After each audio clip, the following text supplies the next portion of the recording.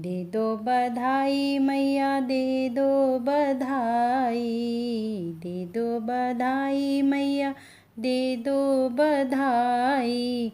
लल्ला की सुन के मैं आई, यशोदा मैया दे दो बधाई। हेलो दोस्तों, राधे राधे। जन्माष्टमी का उत्सव जब तक पूरा नहीं होता है जब तक हम छठी उत्सव नहीं करते हैं। और ऐसा नहीं होता है कि उदय तिथि के अनुसार कौन सा दिन मायने होता है। छठी का मतलब होता है छठे दिन मनाए जाने वाला उत्सव। छठी का जो समय होता है वो करीब 4 बजे के आसपास में होता है। 4 बजे से लेकर 6 बजे तक किसी भी टाइम आपको मनाना ही मनाना है। तो देखिए, छठी के उत्सव के लिए हमें क्या चाहिए? दीप, धूप, और जिन ठाकुर का आपने जन्म कराया है उन्हीं की छठी भी हमें मनानी है। और अगर आपके पास एक से ज़्यादा ठाकुर जी हैं तो आप एक ही ठाकुर जी का जन्म करा सकते हैं, उन्हीं की ही छठी भी हमें मनानी है। और आप चाहें तो सभी की छठी भी मना सकती हैं, ठीक है। अब कच्चा दूध लेना है हमें, इतना दूध लेना है जिसमें जो ठाकुर जी का विग्रह है वो आराम से डुबकी लगा सके। और इसके अलावा बहुत से लोग नए वस्त्र लाते हैं, अपने घर पर भी बना सकते हैं। और नज़रिया भी पहनाया जाता है, कमर पे तगड़िया भी पहनाई जा सकती है। नहीं तो नज़रिया तो ज़रूर ही लानी है। और मैंने पगड़ी भी ले लिया है। और छठी के दिन ना हमें बहुत अच्छे से मालिश करनी है। और जन्माष्टमी से लेकर छठी तक तो रोज़ ही कान्हा जी की या लड्डू गोपाल की मालिश होती है ना, तो हमें इस तरह से बहुत ही प्यार से मालिश करनी है और बहुत ही अच्छे से मालिश कीजिएगा।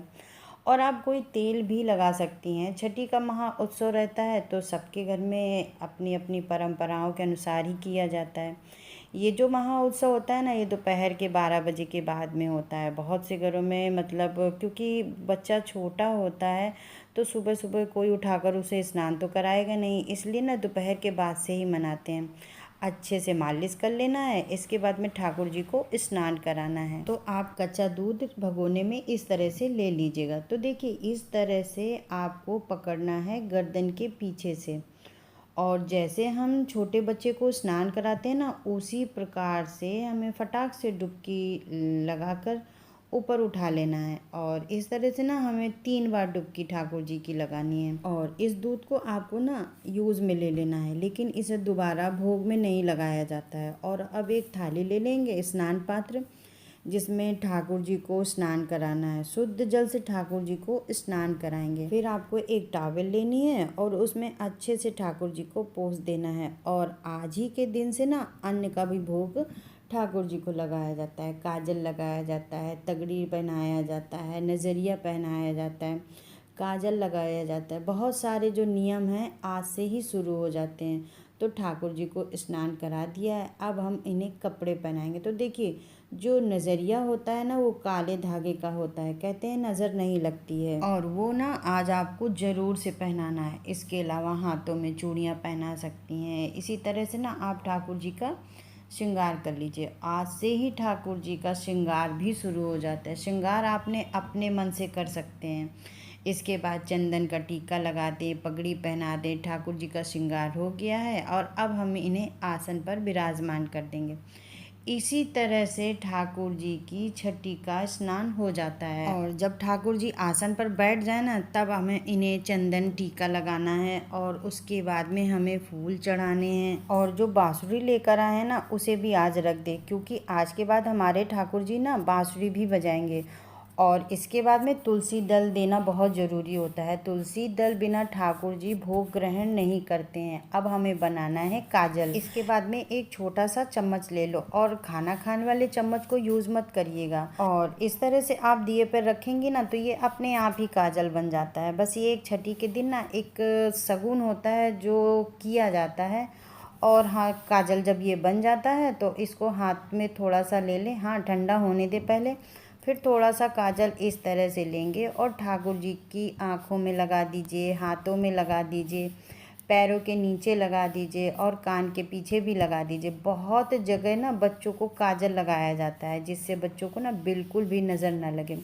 इसके बाद में ठाकुर जी को भोग लगाएंगे। और ठाकुर जी के लिए पहले मैंने आसन लगा दिया है, और भोग में कढ़ी चावल का भोग लगाया जाता है। और बच्चे अलग से पकौड़ी खाना बहुत पसंद करते हैं, तो मैंने अलग से थोड़ी सी पकौड़ी भी रख दी है। और तुलसी दल डालना बिल्कुल मत भूलना, साथ में पापड़ भी आप भून सकती हैं। कढ़ी चावल के साथ ना इस तरह से पापड़ बहुत अच्छे लगते हैं।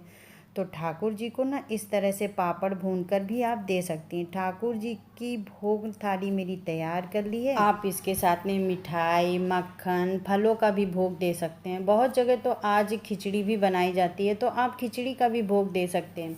इसके बाद में मैंने जल रख दिया है और उसमें भी तुलसी दल डाल दिया है। अब ठाकुर जी को बुलाएंगे कि आओ ठाकुर जी भोग लगाओ। इस तरह से ठाकुर जी को भोग लगाया जाता है। तो हम थोड़ी देर ना 5 से 7 मिनट के लिए ना यहाँ पर भोग को छोड़ देंगे और थोड़ा दूर चले जाएंगे कि ठाकुर जी भोग लगा ले। फिर 5 से 7 मिनट बाद आपको ना भोग को हटा लेना है। ये भोग ना घर के सभी लोग खा सकते हैं। ये प्रसाद है और खाना भी चाहिए थोड़ा थोड़ा करके। भोजन के बाद में आप अपने घर की चाबी ज़रूर से इनके पास रख दें और कहें कि आज से ये घर आपका है और आज से ना आप घर के मालिक हुए। तो आपकी सारी जिम्मेदारी है घर को देखना और हम सबको भी देखना।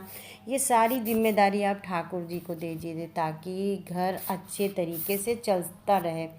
और आज के दिन ही ना ठाकुर जी का नामकरण भी किया जाता है। कोई भी प्यारा सा नाम आप दे सकती हैं और अपने साथ कोई भी रिश्ता बना सकती हैं। बेटे का बना सकती हैं, सखा का बना सकती हैं, जो अच्छे लगे वो आप इनके साथ रिश्ता बना लीजिए और एक प्यारा सा नाम दे सकती हैं। और आज ही के दिन ना ठाकुर जी को झूला ज़रूर झुलाते हैं। और झूला नहीं है तो इस तरह से ना गोद में झूला झुला सकती हैं। और मैं ना बच्चों को जब माँ झूला ऐसे झुलाती ना तो बच्चे देखिए कितनी जल्दी गोद में सो जाते हैं झूलते झूलते। तो इसी तरह से आप भी गोद में लेकर झूला इनको झुला सकती हैं। तो ठाकुर जी को झूला झुला लिया है और आप ना ठाकुर जी का नाम क्या है ना दोबारा से इनको बता दीजिए ताकि आज के बाद से हम आपको इसी नाम से बुलाएंगे। तो झूला झुलाने के बाद में फिर से हमें ठाकुर जी को आसन पर बैठा देना है और इसके बाद में करेंगे आरती। तो सबसे आखिरी में आरती की जाती है और सबसे पहले धूप दीप से ना आरती करेंगे। और ये जो ना मोर का पंख है ना इससे हमें ठाकुर जी की नज़र उतारनी है। मोर के पंख से जो हवा करने से कहते हैं कि ठाकुर जी की ना नज़र उतरती है। तो क्योंकि आज के दिन बच्चे बहुत ही सुंदर और प्यारे दिखते हैं, क्यूट होते हैं, तो उनको ना नज़र लग ही जाती है। इसके बाद नज़र उतारने के बाद में मैंने थोड़ा सा ना नमक और सरसों भी इस तरह से ले लिया है और मुट्ठी बांध कर ना इसे भी 3 बार 7 बार घुमाया जाता है। तो देखिए अपनी अपनी जगह अपने अपने नियम होते हैं। आपके यहाँ क्या नियम है आप अपने घर के बड़ों से पूछ लीजिएगा। और इस तरह से घुमाने के बाद में इसे ना कागज़ में लपेट कर पानी में डाल दीजिए और तो ठाकुर जी की ना नज़र भी उतर जाती है। और मैंने बहुत ही सरल और सिंपल तरीके से छठी करना लड्डू गोपाल की बताया है। आशा करती हूँ आपको हमारा वीडियो पसंद आया होगा। तो दोस्तों अब चलती हूँ और मिलती हूँ आपको नेक्स्ट वीडियो में। तब तक के लिए आप अपना ख्याल रखें। जय श्री कृष्णा।